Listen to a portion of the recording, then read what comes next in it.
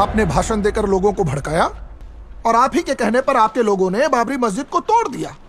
मस्जिद? कौन सी मस्जिद? वहां पे तो राम मंदिर था, भगवान श्री राम का जन्म स्थान। आपको कैसे पता कि राम लल्ला वहीं पर पैदा हुए थे? नहीं तो पाकिस्तान में पैदा हुए थे, कराची या लाहौर में। Silence please. अभी पहले के टाइम में बर्थ सर्टिफिकेट तो मिलता नहीं था जो मैं आपको लाके दिखाता। ये देखिए sir, this is the date of birth, sir this is the place of birth. अरे हिंदुस्तान की जनता ने मुझे बताया है, उनकी आस्था ने बताया है, उनकी भावना है कि राम लल्ला वहीं पैदा हुए थे। वकील साहब, आप मुझे एक बात बताएंगे? क्या? आपको पता है कि बाबर कहाँ पैदा हुए थे? मुझे नहीं पता। नहीं पता ना? मुझे पता था, मैं बताता हूं। बाबर अभी के उज्बेकिस्तान में पैदा हुए थे। तो क्या ये आपका उज्बेकिस्तान अयोध्या में है क्या? देखिए, मैं इसमें नहीं पढ़ना चाहता, लेकिन कुछ लोगों की भावना उस ढांचे से भी जुड़ी हुई थी जिसको आपके लोगों ने तोड़ दिया। नहीं नहीं नहीं नहीं नहीं, तोड़ा नहीं, हमने उसको वहां से साफ किया है। ऐसे ही केवल मस्जिद गिराने में ही नहीं, बल्कि बंबई में हुए बंबई दंगों, नहीं, मुंबई। वही बॉम्बे में हुए मुंबई। दंगों, मुंबई में हुए दंगों में भी आपका हाथ था। हाथ नहीं पाँव था। क्या मतलब? जहां जहां लोग दंगों से पीड़ित थे, वहां खुद जाके उनका हाल देख के आया हूं मैं। बेशुमार कत्ल करने के बाद भी लोग खुलेआम सड़कों पे घूम रहे थे। ऐसे में उनको काबू में रखने की सख्त जरूरत थी। लेकिन ये काम तो पुलिस का है। वही तो मैं भी कहता हूं कि पुलिस का है, लेकिन पुलिस तो सरकारी नौकर है। जब तक ऊपर से ऑर्डर नहीं आ गया तो क्या करेगी? और ऊपर के लोग ठंडे एसी में बैठकर अपनी कुर्सियां गर्म करते हैं, क्योंकि उनकी राजनीति ऐसे ही दंगों से चलती है। अगर इस देश में पुलिस को अपना काम करने के लिए छोड़ दिया जाए तो आधा घंटा भी नहीं लगेगा देश को दंगों से मुक्त करने के लिए।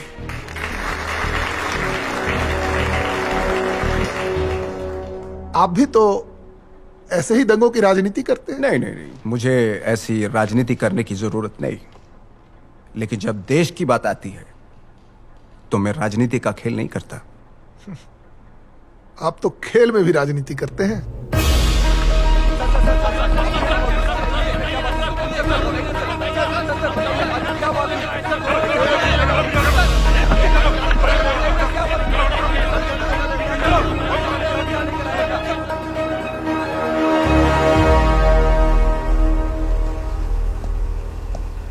कोण?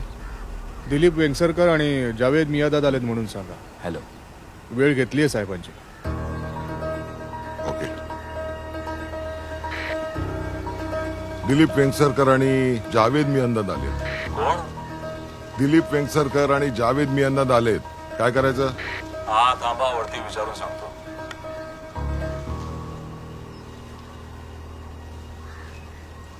हा पाठवा त्यांना. हा ठीक आहे.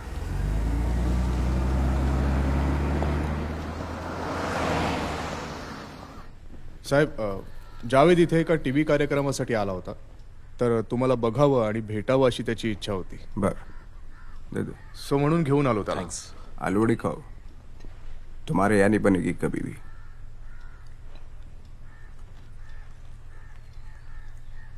सर, मैंने आपके क्रिकेट के जुनून और जानकारी दोनों के बारे में बहुत सुना है. वो हमारी ये ख्वाहिश थी कि, मेरा मतलब है कि हमारी आपसे गुजारिश थी कि हिंदुस्तान के साथ फिर से क्रिकेट मैचेस शुरू हो जाए तो. काय कर्नल, हा काय म्हणतोय? हो साहेब, म्हणजे तुमच्या परमिशन शिवाय ते.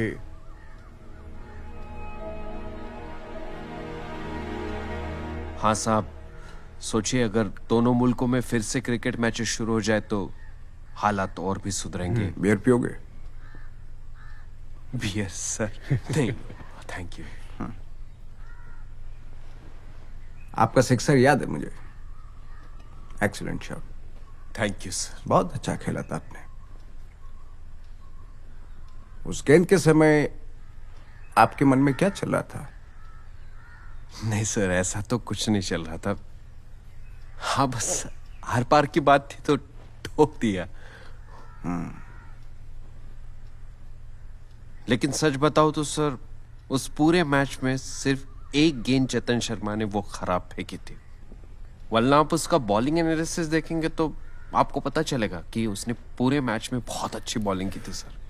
लेकिन हमारे साथ हारने के बाद यहाँ सब लोग उस पर टूट पड़े थे। अफसोस। हाँ, ऐसा ही है। पाकिस्तान के खिलाफ हम हर जंग सिर्फ जीतना चाहते हैं।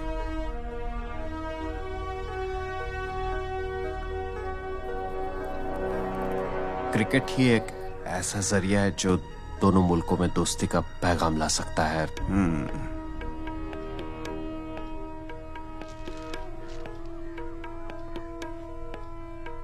क्या सोचते हो?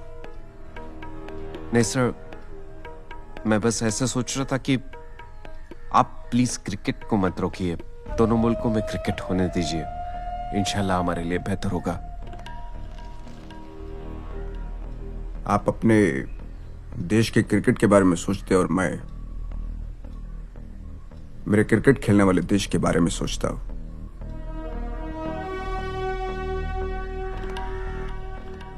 एक बात और, आपकी बैटिंग इतनी भी अच्छी नहीं थी कि मैं सीमा पर शहीद हुए जवानों के परिवारों का दुख दर्द भूल सकूं।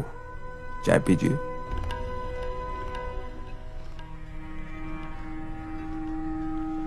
वैसे सर, इस सिलसिले में यहाँ की गवर्नमेंट भी आपसे बात करना चाहती है। खेल के लिए गवर्नमेंट की नहीं, ग्राउंड की जरूरत पड़ती है।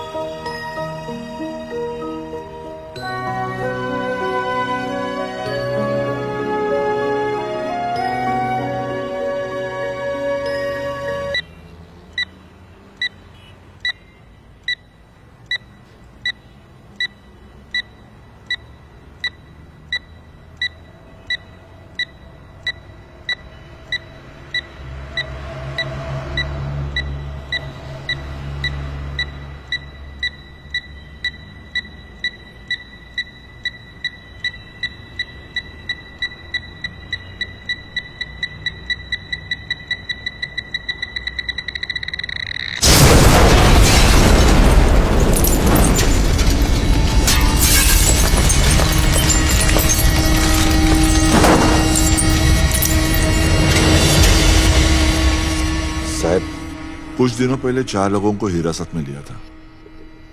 उनकी इंक्वायरी भी की। उन्होंने जो जानकारी दी उसके हिसाब से बोला बोला। आपकी हत्या की साजिश थी साहब। पहले से ही पता चला इसलिए ठीक रहा, लेकिन जैसे ही पता चला हम लोगों ने तुरंत एक्शन ले लिया।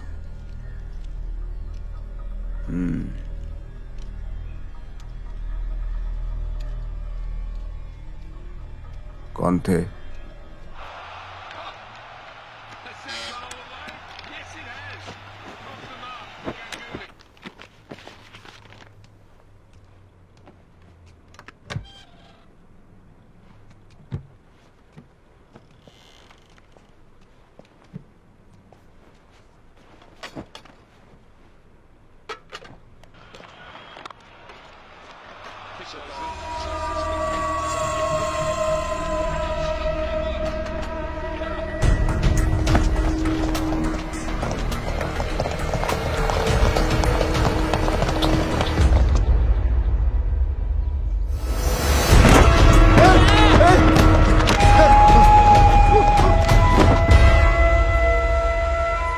मियाँ बढ़िया तंदूरी लगाया, एक बोटी कबाब लगा दे।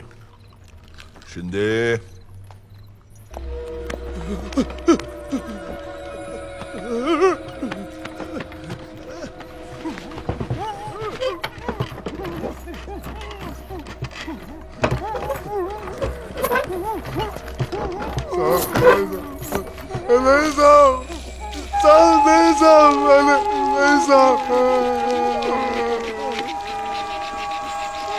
मियाँ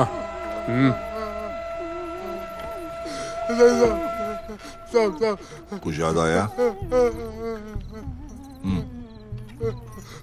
पिछले साल बिलास में ठाकरे को उड़ाने का प्लान था ठाकरे साहेब, ठाकरे ठाकरे साहेब, साहब ठाकरे ठाकरे साहेब। साहब आगे। भवन में बाल ठाकरे साहब को उड़ाने का प्लान था साहब, जो नाकामयाब हो गया। इसलिए इस बार उनको दशहरे की रैली में उड़ाने का प्लान बना। बटनारा में मेरा घर है साहब, उधर ही मुझे नईम चाचा मिले। नईम चाचा ने आका से मिलवाया और हमारी ट्रेनिंग शुरू हो गई। हमें यहाँ का पूरा नक्शा समझाया गया साहब, और आका बोले इस चीज को अंजाम दोगे तो तुम्हें जन्नत नसीब होगी।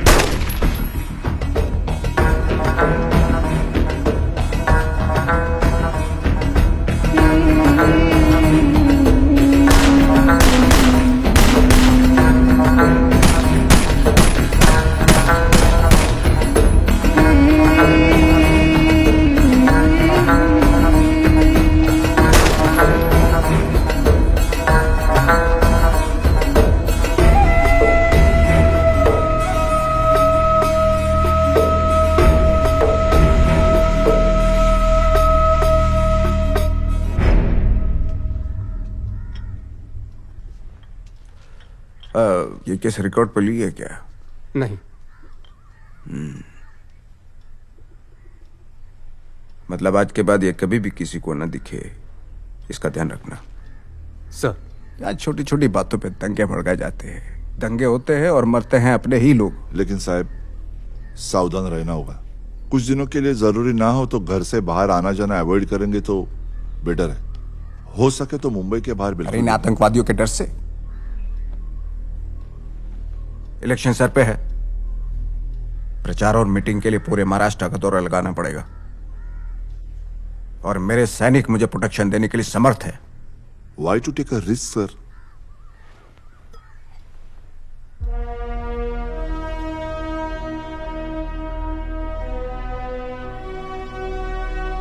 जिस रंग की गोली मुझे छू के गुजरेगी वो रंग इस देश से हमेशा के लिए मिट जाएगा ऑफिसर।